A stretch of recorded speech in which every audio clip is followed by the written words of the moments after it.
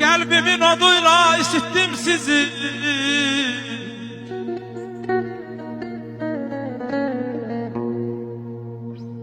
Kalbimin oduyla isittim sizi. Her yerde başıma tac ettim sizi.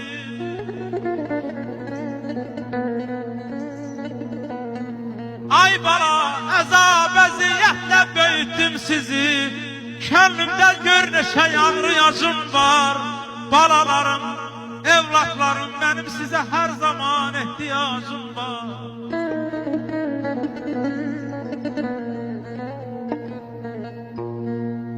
Yüreğim alovlu, kalbim dağlıdır.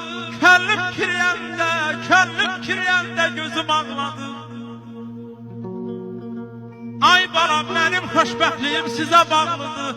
Ne olsun şöhretten başta tacım var. Oğlum kızım, benim size her zaman ihtiyacım var.